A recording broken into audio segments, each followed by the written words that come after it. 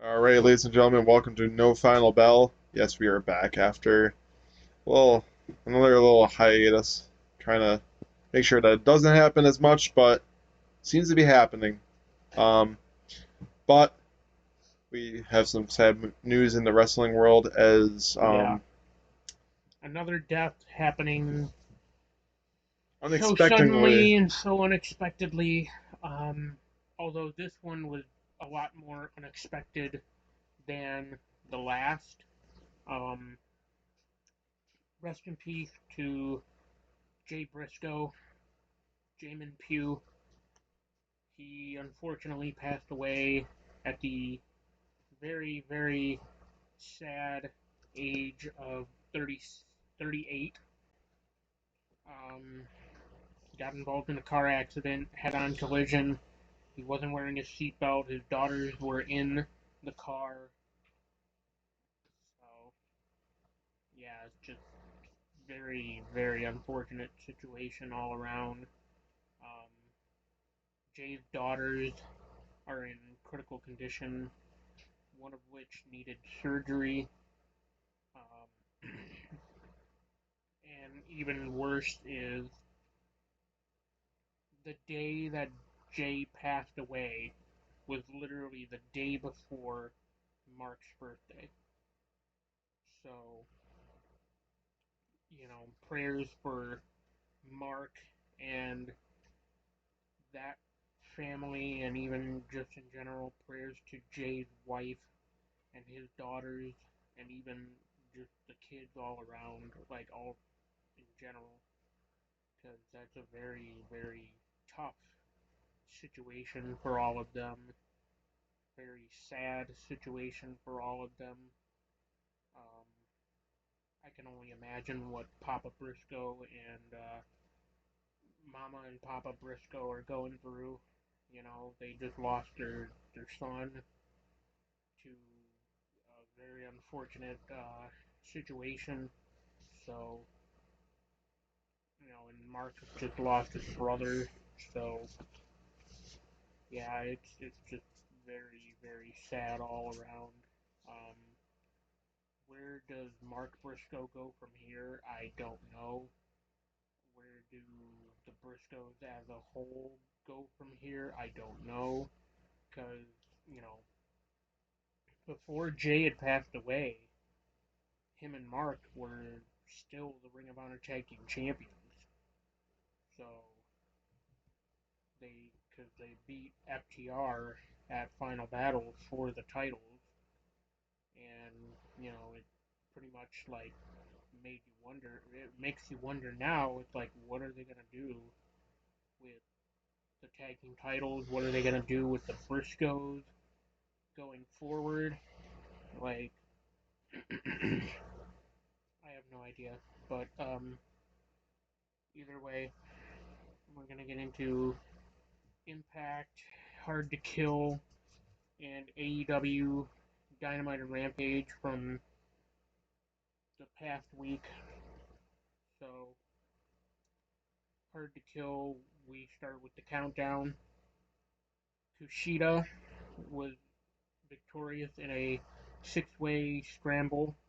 He beat Angel, Yuya Uemura, Mike Jackson, Bhupinder Gujjar, and Speedball Mike Bailey on the countdown. And then also on the countdown, we had an X Division title match.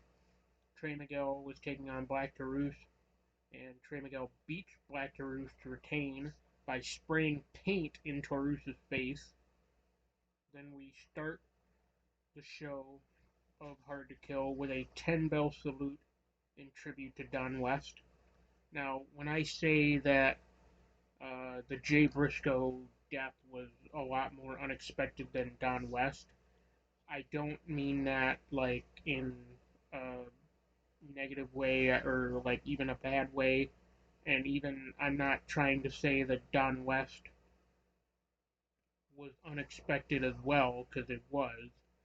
I'm just saying the the circumstances that led to Don West's passing are, they kind of like obviously Don West uh, passing away was unfortunate as well, but this one was kind of like there was something behind it in the terms of like, because he was battling leukemia, and unfortunately his leukemia caught up to him.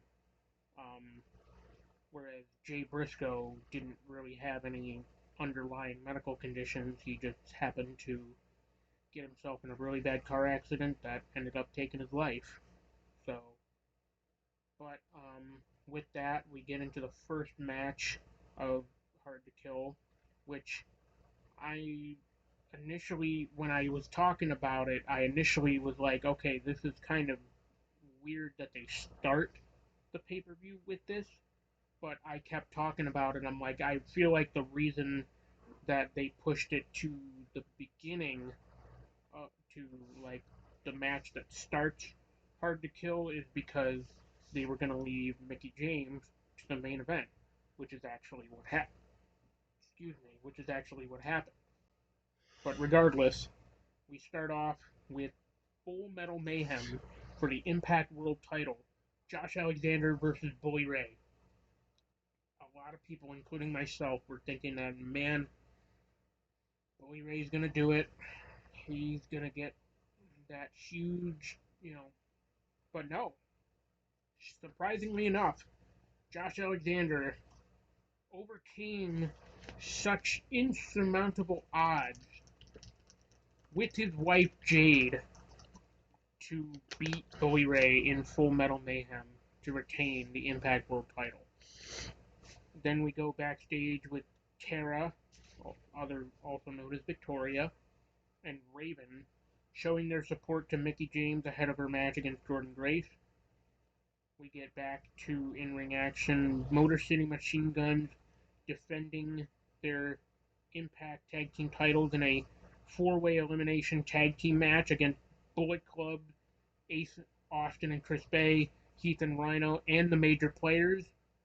And Motor City Machine Guns somehow, some way, were able to retain. And it came down to, I believe it was the major players, or no, it was Bullet Club versus Motor City Machine Guns in were the final two tag teams, and Motor City Machine Guns ended up besting the Bullet Club to retain.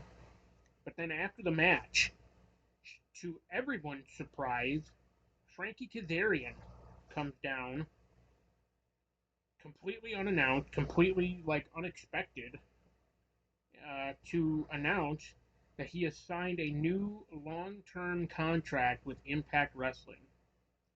Frankie Kazarian, welcome back to Impact Wrestling. It's a great move for him, honestly, because like just look at what first of all what he did at Bound for Glory while still under contract with AEW, and just in general, like how well they have used him since that time at after Bound for Glory, and even at Bound for Glory. Pretty much, they immediately like not immediately, but like you get what I'm saying. They kind of like pushed him right into that X Division title picture, and he won the title, and then he cast in option C. Obviously, he didn't win, but it was still a nice moment to see.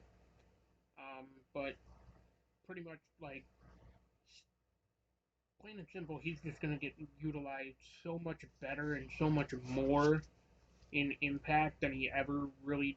I mean, okay, I can't really say ever, because in AEW he did win the tag team titles with Scorpio Sky. They were the inaugural tag team champions. But other than that, I mean, after that and after SCU's like whole run, and after SCU broke up, they really just struggled to find something to do with Frankie Kazarian, and that's pretty much what led him to what probably led him to sign with Impact Wrestling.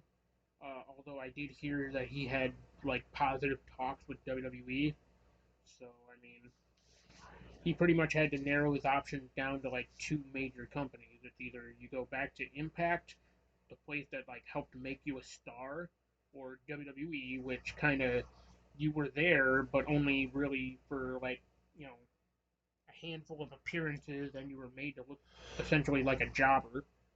But regardless, moving on, we get the Digital Media Championship match between Joe Hendry and Moose.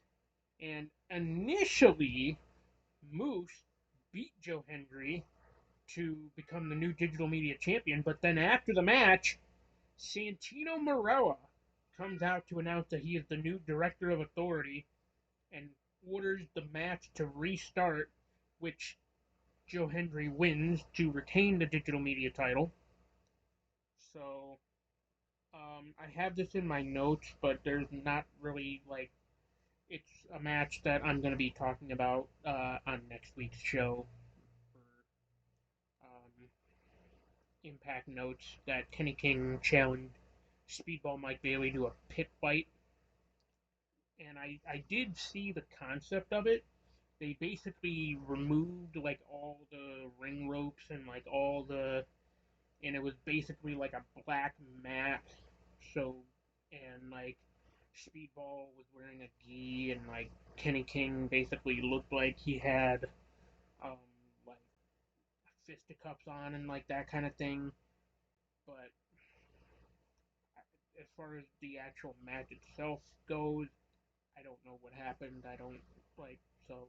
But moving on, we get a fatal four-way number one contenders knockouts match to determine a new. I already said that. Um, it was between Masha Slamovich, Deonna Purrazzo, Taylor Wilde, and Killer Kelly. And Masha Slamovich, once again, your number one contender. Now, my thing is, give her the title at this point because, like, I hate to say it, but after she lost to Jordan Grace at Bound for Glory, Masha's entire momentum was kind of like derailed. So at this point, to build her back up, like actually have her win the, the Knockouts World title, but we'll see what happens. And speaking of the Knockouts World title, that is coming up. So, but before we get there, we have two more matches, one of which being a Falls Count Anywhere match between Steve Macklin and Rich Swann, which started in the backstage area, then it worked its way into ringside, and the finish of the match was actually Steve Macklin hitting his finisher on Rich Swann on the outside, like near where the state where you actually enter center stage. Then we had another match between Eddie Edwards and Jonathan Gresham, and surprisingly enough, Eddie Edwards beat Jonathan Gresham, but then after the match, the lights go out. I mean, after all, it was Friday the 13th, so the lights go out. You see like lightning strikes and everything appear on the Tron. Who comes out? It's PCO, the French Canadian Frankenstein, the man who is not human. He appears, he beats down Eddie Edwards. PCO is not finished. I mean, because the last time we saw PCO, he was buried in the Las Vegas like area. The last like Las Vegas taping, he was uh, going up against Eddie Edwards. He was like fighting Eddie Edwards. They got to like a pit of sand, and then Eddie Edwards like was burying him in the sand. So, but now, ladies and gentlemen, it is time for the main event of Hard to Kill. The last rodeo comes to an end. Either Mickie James's career comes to an end, or she wins the Knockouts World Championship. And first of all, let's get into the entrance for Mickey James, which was basically her embracing her Native American heritage, which is a first. She's never really embraced her Native American heritage in pro wrestling up Mm, until now. So I feel like she has in the past. I mean, she's. if she did, it wasn't as I feel like like it would. I feel like she did it in WWE. she probably did, but Because I'm pretty sure I've seen her like have like a Indian looking look for WWE, but I could be wrong. either way, she came out with a bunch of like an entire like Native American tribe, like playing music and everything, which eventually had Mickey James like reveal herself, and then next thing you know, you hear hardcore country playing, and we get into the actual match, and it was like there were a lot of moments where I thought like maybe, just maybe, Mickey James's career comes to an end. But I was like, you can't end it like this. Like you can't.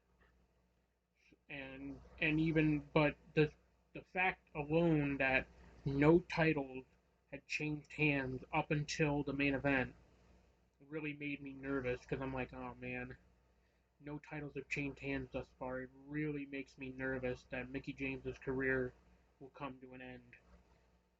But I do have some great news for all of you people. Mickey James's career is still alive. Mickey James beats Jordan Grace. She is the new Knockout World Champion, but more importantly, her career is still alive. That's the big story to come out of Hard to Kill. Not even that like Bully Ray lost in Full Metal Mayhem. It's the fact that Mickey James kept kept her career alive. So that is all for Hard to Kill. Now we get into AEW Dynamite AEW Dynamite and and Rampage. Rampage. Yeah, so um, man, we have not seen this man in over 3 months. Well, he's returned from a concussion. Um, got medically cleared a week prior to be able to have this match. Yeah, Adam Hangman Page returns to face off against Jon Moxley in Los Angeles in the Kia Forum. And what a hell of a match to start off Dynamite. I love, if anybody has seen the new design, let us know what you think about it. Well, I like it. I honestly I like I it a love lot it. better than the old one. You can definitely tell that Tony Khan actually opened up his wallet and, you know, spent some big bucks on the whole stage look and feel and everything. Yeah, I really like it. I Um, mean, I yeah, tell you what, that Los Angeles crowd was rocking. Like it sounded like it was damn near packed to the freaking top of how because if AEW can really start being the juggernaut, I get it. It's getting onto the fifth year. Well, technically it would be four. Going on the fourth this will be year. the fifth calendar year, though. Yes.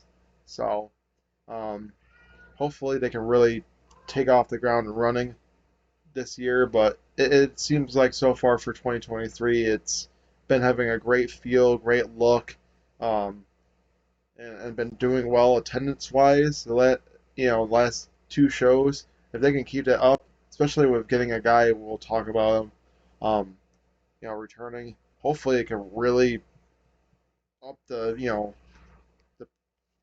the amount of tickets and how many people are in seats because you know this just proves that you maybe don't need that CM Punk guy who,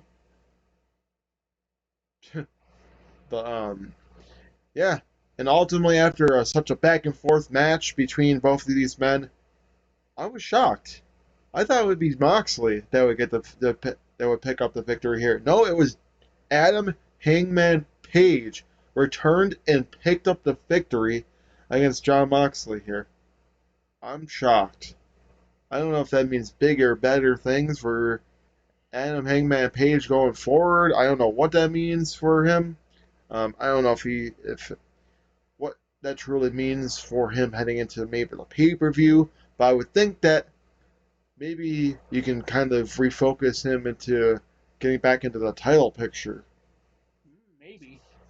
But because honestly, I could see a whole Hangman and the MJF feud coming up soon. Who knows? Maybe I could be wrong. Maybe it's him and Danielson because they had such great matches against each other too. So um, but yeah, Adam Hangman Page returns and gets the victory on the first night. But a big shock. I did not see this coming. I didn't think it was going to be happening at all. I didn't think it was going to be this soon. I thought it was going to be a lot longer.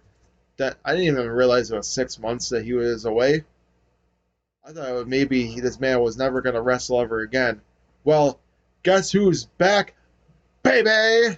Adam Cole is back after being away for months from, banged up shoulder, serious head I didn't even realize he injuries, had a banged up shoulder. I only knew about the concussion. I did not realize. and he was ready to. We were ready for story time with Adam Cole, baby. Well, he has some good news and some bad news. Has a whole new appreciation for life and with the best pro wrestling company in the business. Realized how much he's missed the fans. Says so many of us were here for Adam Cole and meant the world to him that we wanted to make sure he was okay even if he could not wrestle again. He's eternally grateful to the fans after nothing for 6 months. Bad news isn't for him, and it's for the whole entire locker room since he's back and not going anywhere. He's not done yet and will not stop until he's the very best and hasn't scratched the surface of what he can do. Says he will one day be on top of the mountain, meaning he wants that AEW world title. And I think what better way to not it's tough to tell what could happen heading into Revolution, but you know what would be the best thing to have happen? I think you should have a program between Adam Hangman Page and Adam Cole. Whoever wins gets a number one contender shot at either Bryan Danielson or MJF. Because it's safe to say, people, we've seen this whole story before with MJF. He has his opponents go through a rigor of, you know, obstacles and matches to get a title opportunity or a chance to face him. Now that he's a champion, you have to go through these before you get a title opportunity. Bryan Danielson has to literally win every single match up until February 5th to be able to get a 60-minute Iron Man match at Revolution. I hate to say it's going to happen. He's going to win every single match. He's going to get that title match at Revolution. 60-man Iron Man match. We haven't seen it since NXT for any kind of wrestling promotion. We haven't seen a 60-man. Um, A 60-minute Iron Man match? I mean, for a man, it's been a while. The last notable one that I know of was Bret Hart and That's literally Shawn like Michaels for the WWE Championship back in '92. 96. Oh, okay, was it '96? It was 96 at WrestleMania 12. 92 WrestleMania would have been like. Okay, my bad. Yeah. But the last least notable one, but it was for women, was Sasha and Bayley. That was a 30-minute. Oh, was it 30 That minutes? was a 30 That's minute. right. So the last least notable 60-man Iron Man match in professional Kurt Angle wrestling. and Shawn Michaels on an episode of Raw in like '05. I want to say like '05. Well, it's safe to say it's been Either way, it has a been a really while. long It's time been a since we've really seen a long time. 60-minute Iron Man match. But It's usually like a 30-minute. but honestly, I think that would make the most sense to have Adam Hangman Page and Adam Cole face off in a number one contender match, because you bring them, they're both back from injury. You don't know what to really do with them. Why not compete at Revolution? You have them both back, healthy, fully healthy. Why not have them, kind of face off against each other. Plus, there's the tide with the elite and everything like that. So why not? Um, Oh, you know, I didn't even think about that, but you're right. They do both have like ties to the elite. I mean, because we had the undisputed elite with Adam Cole, O'Reilly, Fish, and the Young Bucks, and then we mhm. had like, of course, the original elite with Kenny, the Bucks, and Hangman, Yeah. and Cody, but Cody's not there So we anymore, get on so to our next match as Jungle Hook faces off against the firm's Big Bill and Lee Moriarty. I can't believe it.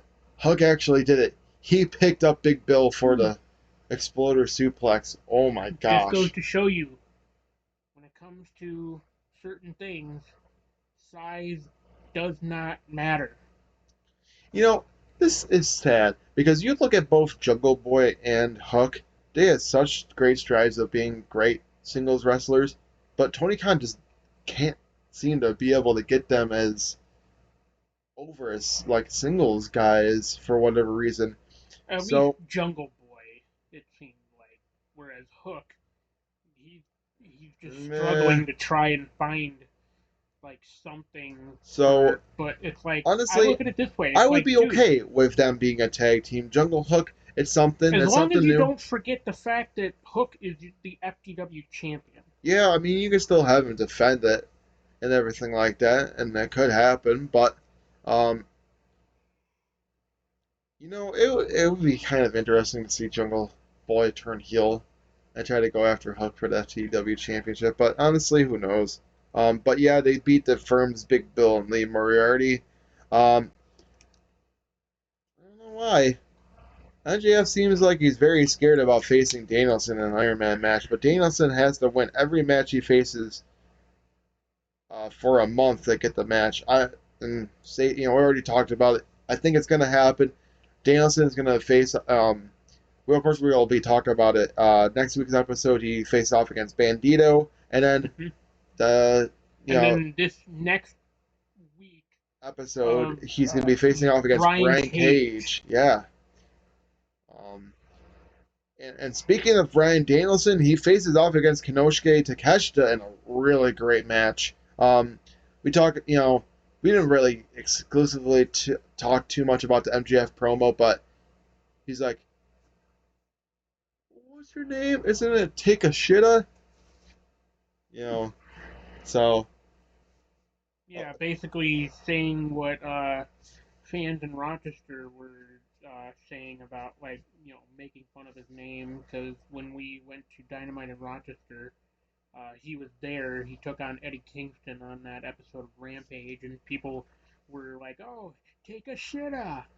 It's like, you know, like come on, that's such a but stupid and honestly, corny joke. But um, they it was a great back and forth match. Kanosuke Takeshita honestly is a great talent. Um, somebody that I really do think that Tony Khan should build into a big star. I think there was like reports out that he wants to try to make him into a big star, into a future world champion. And as honestly, as you should. as you should, because he can go up against anybody and make you know and have great matches against each and every opponent that he goes up against. I mean, he's had great matches with he had great matches with John Moxley. He had a great Mm-hmm. match with Danielson. He had a Let's not great forget match with about Eddie his. Kingston. Let's not forget about his match at Battle of the one of those Battle of the Belts shows from last year against Claudio Castagnoli for the Yeah. ROH title. So I mean, I'm grateful that he's getting these opportunities against the big stars. Yes, he's losing, but honestly, it just shows Tony Khan like, hey, maybe he can actually hold his own against these the top talent and look good against them. But So the thing that I like that they're doing with Takeshita and his whole like presentation is he's cutting certain promos in Japanese, which is really like how you make him like a big star because during that promo exchange with MJF, he was talking on the mic, and he said something in Japanese, to which MJF is like, "Hey, over here we speak, over here in America we speak English, bud," and to which, No, he says that about we speak American. oh yeah, okay, but basically, And uh, he's a kiss my ass. yeah, and so So yeah, ultimately Bryan Danielson beats Kenoshi Takeshita because he has to literally win every single match here on out until February 5th to be able to get that title opportunity against MGF, which, I mean, they're just giving him anybody at this point. But honestly, I'm just liking the matches that he's been putting together to be able to win to get that opportunity at Revolution March 5th. So it's looking very good for Danielson. Um, well, the thing about it though is like, they kind of have to like give him as much, because I mean he's getting there to like towards the end of his career, for one, and two, you pretty much have to give him as many opponents as possible, and even like my thing is I feel like you need to give uh, Danielson at least like one more world championship run before he ultimately calls it quits. Whether it's the AEW world title or the Ring of Honor world title, like something, you, it just has to happen. right. So Jamie Hayter and Britt Baker face off against Tony Storm and Saraya. Um, I guess this was an alright match. I mean, there didn't seem to be like some eye popping moments from what I Yeah, saw. not really. I mean, but But yeah, uh, Jamie Hayter and Britt Baker actually beat Tony Storm and Saraya with the help of Hikaru Shida's kendo stick, which I'm sure that is like not exactly what Hikaru Shida had in mind to send in the kendo stick. They were well, hoping she was hoping that Tony Storm and Saraya was gonna be able to use that for their advantage, but unfortunately that's not what happened. Um, so yeah, the champ's bitch. I mean Britt Baker. Um, get the victory here, and we go on to our next segment as the Jericho Appreciation Society come out and talk about how they seem to be done and not have to worry about Ricky Starks and Action Andretti. Well, they thought wrong. As they both come out and Ricky Starks talks about um, Gilligan looking fool with that stupid little hat of his, Jake Hager, and he challenges him to a match later on. Um, challenges him to a match on, you know, this upcoming Dynamite. pretty sure it was on Dynamite. Yeah, it was. It was Jake Hager and Ricky Starks facing off against each other in an impromptu match. Well, hey, And more importantly, Hager still likes his hat. yeah, and the funny thing is, if you see in his hat, it says, "I like this hat." I did not even notice Yeah, that. there's like rating on the hat. It says, "I like this. I like this hat." I was like, "Oh my god." Well, Okay. I mean, um, not for nothing on the like graphic for the nameplate, it says Jake Hager with his hat. So I mean, the hat is over, man. The hat is over. Yeah, as soon as Who he would have says, "I thought like that this Jake hat," Hager of all people could get a hat over? um, and then yeah, Ricky Starks issues a challenge to Jake Hager to help with his speech. Help with his speech impediment. Yeah, well, you might have to beat the living crap out of him before he fixes his speech because of that Oklahoma accent there, Ricky Starks. But let me tell you something: if there's a man that can, speak wise words, it's definitely Ricky Starks. Is it seems like Action Andretti and Ricky Starks aren't exactly done with the Jericho Appreciation Society Well, yet. here's the thing. I just have a question for Ricky Starks. Is he gonna hit Jake Hager with a spear? He could.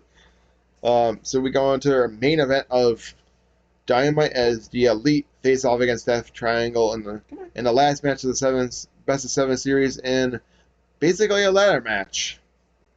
There wasn't really anything too special I other than like to it did think of have it more other as than like a it, I was gonna TLC. say it kind of felt like a TLC. Um, they were using chairs, they were using tables, ladders, basically their version of the TLC, but like with Mexicana. It was like lucha. It was like lucha rules, kind of. Yeah, Like I guess. I don't know necessarily like. I mean, I feel like it was just the name of like Escalera de la Muerte because of like the Lucha Brothers right. and like their Well, ties with like AAA and CMLL. I've been saying it But all along. I thought, oh, Dutch Triangle will retain, Dutch Triangle will retain, Dutch Triangle will retain. Well, Marty was right. It was the Elite that beat Death Triangle in the best of seven series to become the new World Trios Tag Team Champions. so They, now the Elite can have a proper run with those trios titles. it makes you wonder who they're going to defend them against at Revolution. CMFDR, book it. And that stands for, CM Punk and FTR. oh, don't do that because CM Punk should not be showing his face again in AEW. Well, I look at it this way. He's been teasing so much and so badly about getting back in the ring. Why would he be doing that if he wasn't coming back? Now, I'm with you though. See, the I problem don't is, I want feel like him he would in. get booed super badly if that was to be the case. I feel like people would be 50-50, honestly. There would First be the off, people that we hate him, don't and know then there what's would be the going people on. that love First him. off, we don't even know what's going on with FTR. Does they've lost literally every single championship that they have gained in 2022. Well, not to mention they're also, on a little break, healing up their injuries and everything. So we don't So know exactly when they're going to come back at all. But honestly, it's going to be interesting to see. I think it's going to be the House of Black. They've been on a tear as of late. that would make a lot of sense. Um, of course, But there's also a myriad of other different but trios then in again, I AEW that think they that the can go up Kings of the against. Black Throne are going to have their hands tied. So I don't know if it's going to exactly be the House of Black at Revolution. I hate to say it, but yeah. So Darby Allin, who did we didn't watch the episode that was in Seattle, but he won the TNT Championship in his hometown. Congratulations, Darby Allin, on that one.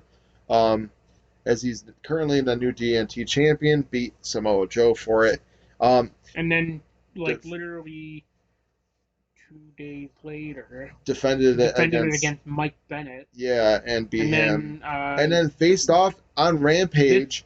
This Rampage, our last Rampage against Juice Robinson. Yeah, you remember him? Yeah, he is currently signed with AEW, and this is like his one of his first matches in even AEW. though he's still technically part of Bullet Club, but not like Yeah, that's why his pants was really like Bullet Club esque. I don't know really like what's going on with Juice Robinson and the Bullet Club, but I mean, hey, if he's still rocking that Bullet Club merch of Rock Hard Club, then hey, he's still in.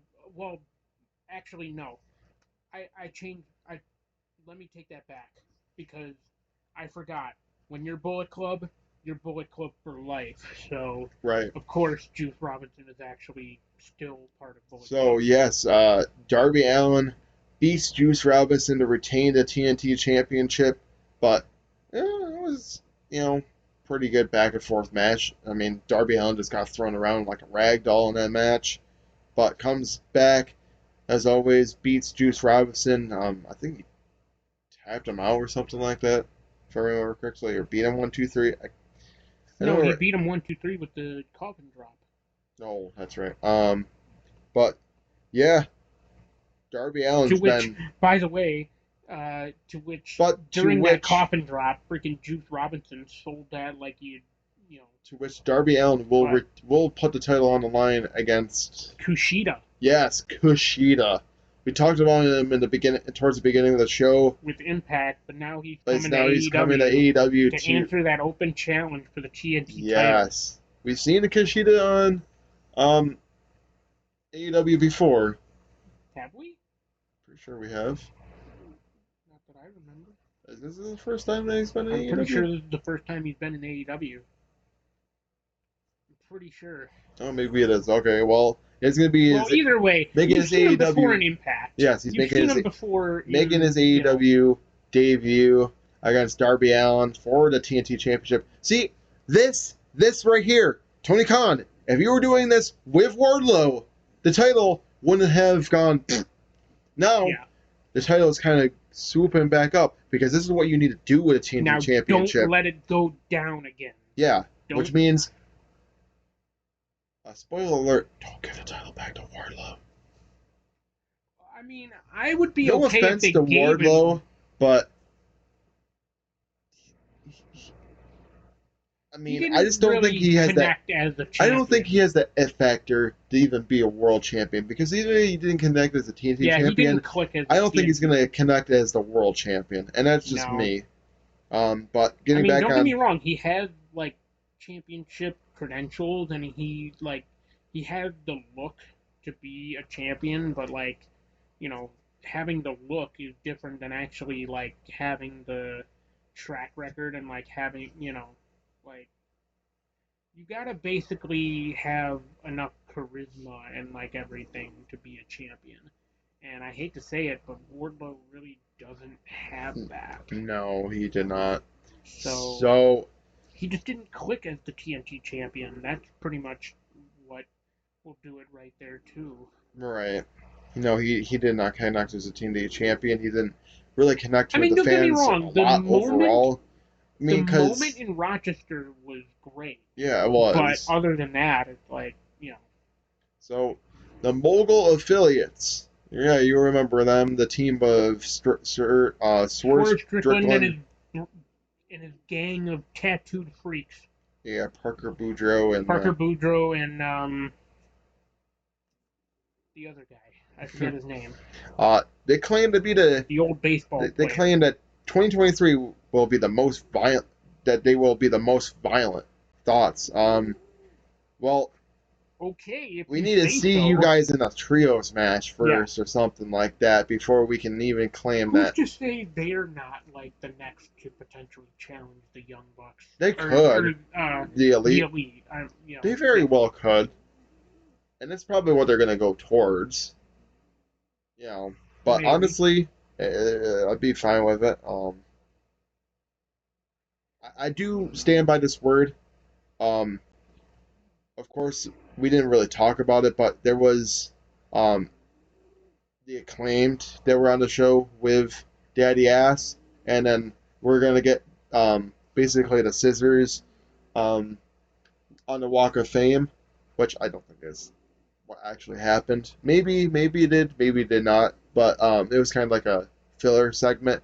Well, I really do think that the Acclaimed and the Ass Boys, I mean the Gun Club, are going to face off against each other. I think they're going to face off at Revolution for the tag team titles. It's kind of like what they're I mean, pushing they're pretty towards. much already in the tag team title picture as it is. So I think that's They're working towards a program. So I mean, what yeah. if, and this is a big if, what if Billy Gunn turns on the Acclaim, goes back with his sons, That would make so much sense. That and would they make so win much the tag sense. team titles, and he's back with the Gun Club. It's like, hey, I never needed the Acclaim. The Acclaim needed me. I could see it something like that. That would make too much sense. It man. would. It would. I can see the Gun Club and Billy Gunn being like the heel faction. It would be perfect. If they win the tag team titles Yes. against the Acclaimed. Yeah. It's too perfect. I can it see pretty it. much writes itself. Yeah, it does rate itself, and I think Tony Khan should go with that. Honestly. But I feel like he wouldn't do it because of how predictable it is. Yeah, but you never know. I mean, that's the beauty of the whole thing. you never know what could happen. You never know if he's going to stay with the Yeah, Acclaim or if he's going to go with his sons. I think it's kind of like what they're kind of going towards. So we'll see. It was kind of funny segment. They pulled down the pants and kind of walking with their freaking gray with their asses sweatpants covered. down. Well, not to mention they pushed them into the because basically Asses were covered what they in were gonna cement. do is they were gonna put the Acclaim were gonna put their scissors like on the concrete of the Hollywood Walk of Fame star, Mm. but then next thing you know, the Acclaim or the Guns were like, oh yeah, no, we'll do it. Should be our Walk of Fame Right. thing, and Daddy Ass is like, hey, no, they're right. I really got a plan here, and so then they pantsed them and they pushed them into the concrete. They had ass prints because they're ass boys. Right. On, but yeah. So moving on. Moving on to the next match, Kings of the Black Throne face off against Eddie Kingston and Ortiz. Eddie Kingston and Still can't Ortiz are trust. still not seeing eye to eye because Eddie Kingston doesn't know if he can trust Ortiz because he doesn't know if Ortiz is going to join up with the House of Black or not, or if he's, partnered up with them in some way. So Eddie Kingston doesn't seem like he can trust Ortiz. Um, well, especially after that match where they didn't really like tag each other in. Eddie Kingston was kind of being very selfish. Got um, mostly was in the match. Even Ortiz was trying to help out Eddie as much as possible, but Eddie just can't seem to trust him at all. But um, too much for them to handle as the Kings of the Black Throne beat Eddie Kingston and Ortiz in this match. See, I can see it this way. That's why I don't think it's gonna be the House of Black facing up against the Elite because I think they had their hands tied with Eddie Kingston and Ortiz. That that is true. Yeah. So I just don't see it that way. And wow, what a great main event. Now, if Rampage Yeah. can be like this going forward, I think that's what brings the viewership up for it. Which, because it's been kind of down. But you have a women's tag team Street street fight fight that main evented. that main evented Rampage. That match was awesome. It was very awesome. I mean, don't get me wrong, Ty J.S. isn't the really greatest of wrestlers, and Willow Nightingale is a little too goofy sometimes in that ring. But Yeah, but um, but can we take a moment and give praise to Ruby Soho and Willow Nightingale for their attire? The yeah, Dudley's attire that is Dudley's awesome. inspired. Yeah. Attire that was cool. And They even speaking of the Dudleys, they pretty much pulled out a Dudley-esque power bomb, or at least Willow Nightingale did, to Anna Jay off the ramp through a table. yeah kind of However, botched it a little bit where well, no, it's not necessarily that it was botched. It's just, went a little too Anna far. Jay took a very rough land. Anna Jay basically didn't even hit the table. It Yeah, was her more head so, hit the it, ground. well, her head and her back. Like, that was just a rough landing for Anna Jay. It was mostly Willow that went through the table. Her whole ass, her big ass went through a table, and, Anna Jay pretty much, like, just took the brunt of a power bomb, like, to the hard floor. And man, So, Ruby Soho was just gushing blood in that yeah, match, yeah. and she took a very nasty. I don't want to say nasty, but she took a nice like bump on the table there and went through it, and then um, it was just a very violent match. I mean, I give a lot of hate to Anna Jay and Ty Mello, but when it comes to like hardcore matches like that, they really show out. Yeah, they do. They really do. Um, but ultimately, in the end, it was Ruby Soho and Willow Nightingale that beat them. Um, Somehow, this tag team between this pairing between Ruby Soho and Willow Nightingale, it seems to be Seems to be paying off. paying off and working. As weird as it is.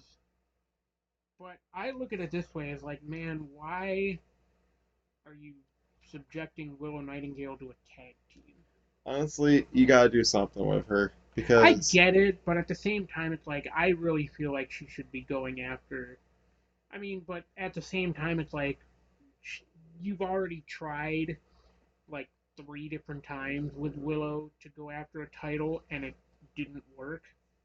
So because you needed opponents for Jade to get to that, like, hmm which like it kind of makes sense, but at the same time, it's like, yeah, I don't know how to feel about it. It's just one of those things, you know. oh, sure. But But yeah, it's kind of crazy that she's paired up with Ruby Soho, but honestly, we've seen Ruby Soho kind of go down, so it's probably best that she teams up with somebody to really be utilized somewhere somehow on AEW, and if it's on Rampage, it's on Rampage. Honestly, it helps that viewership out a little bit more. Um, but honestly, that's going to conclude this episode of No Final Bell. Please make sure to follow us on social media at Tinkle Sports. Of course, make sure to follow, like, comment, subscribe, and follow us on Tinkle Sports and Entertainment on YouTube. You can also catch us on Facebook Watch. Um, of course, our other shows on this channel are Out of Turn 4, which is coming back in February. You got the Chase at the Coliseum, which is the second Chase at the Coliseum, which is if anybody knows about the the LA Coliseum, it's where the USC Trojans play, and also where the Rams were playing before the new before SoFi Stadium became a thing. Um, and also make sure to watch for Sunday Morning Tinkle every Sunday at 9 a.m. This show is usually every Wednesday at 5 p.m. And then we have Out of Turn 4, which will be coming back, and it's usually every Tuesday at 5 p.m. unless, until it goes. Usually, when it's on hiatus, it won't be on Tuesday at 5, but with it coming back, it will be slotted at Tuesday at 5. This show was usually always Wednesday at 5, and then we have Sunday Morning Tinkle every Sunday at 9 a.m. As always, everyone, we will catch you in the next video. Goodbye, everyone.